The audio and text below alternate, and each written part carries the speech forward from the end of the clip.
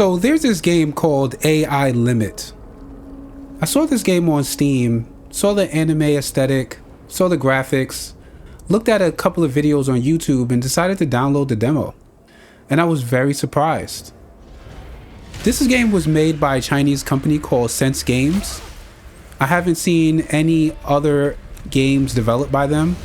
I was trying to look online, but I couldn't find anything. If you guys know anything about this company, let me know in the comments below. But I was thoroughly impressed by the demo.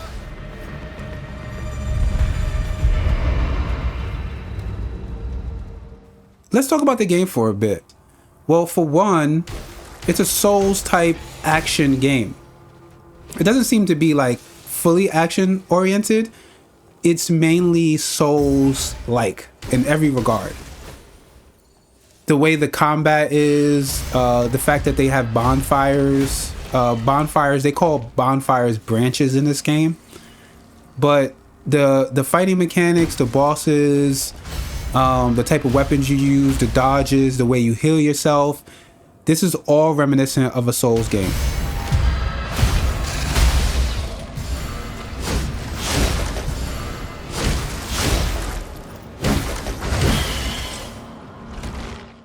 Let's talk about the graphics a little bit. It's an anime style, as you can see, very, very polished. It looks really good. Like, I'm really surprised on how visually appealing this game is, even though it's a very dismal game. I don't know if you guys have ever heard of an anime called Blame. This game really reminds me of it. In terms of story and color palette and stuff like that, Blame is very, very similar.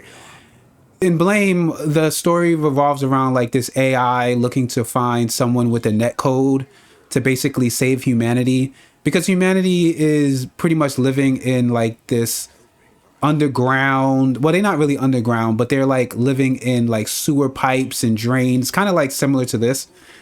And the AI kind of took over, and as they come across humans, they just kill them. Well, you play as a they call them a blader, but you're playing as a AI character, like a robot that pretty much only function is to restore branches. The branches are the bonfires.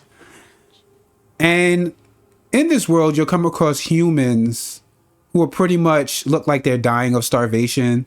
They're eating mud balls to survive. And they pretty much are dying off. And it look like they're being killed by these creatures. It's very similar in those regards. So the synopsis of the story is pretty simple. I'm gonna read it to you real quick. In the distant future, when civilization is on the verge of extinction, people follow the legend of the Elysium in the last city, Havenswell. In this post-apocalyptic wasteland, sci-fi ARPG, I'm not sure what ARPG means, you will play as Arissa, a blader with immortality, and explore the city ruin to find hope of new life. So yeah, basically, you play as an AI character, restoring branches, and that's pretty much it story-wise. They don't really tell you too much, but I guess that's the allure of it. They kind of want to keep you in the dark. In terms of the fight mechanics, the way the game works is you have this sync rate. And in the sync rate, if you get attacked, your sync rate drops. Basically, you want to keep the sync rate at as high as possible because that allows you to do the most damage. But if you block too much, your sync rate goes down, and if it goes down too low, you go into a weakened state where you can't even attack anymore, and the enemy can pretty much do whatever they want.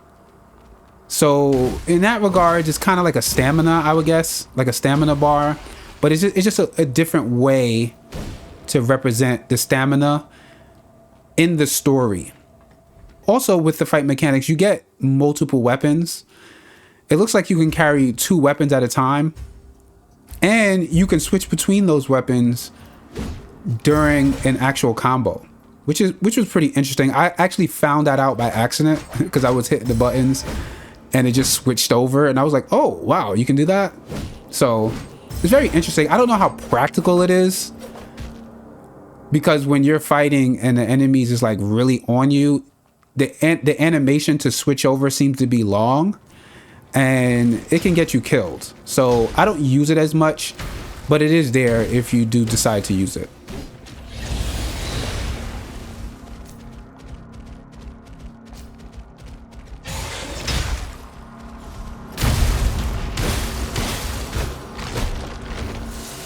At the end of the day, this demo is available for all platforms, I believe. I don't know if it's for Xbox, but I definitely know it's for PS5 and PC. So definitely check it out. Download it as soon as you get a chance. Maybe you might like it. Maybe you might buy it. It's on sale for like $30. So it doesn't hurt to try. I'm going to leave it at that and show you guys some of my gameplay highlights so you get an idea of what it is. I'm also going to show the boss fight at the end. So do me a favor, if you enjoyed my quick little review, hit that like button, hit that subscribe and notification bell, and I'll see you in the next one. Peace.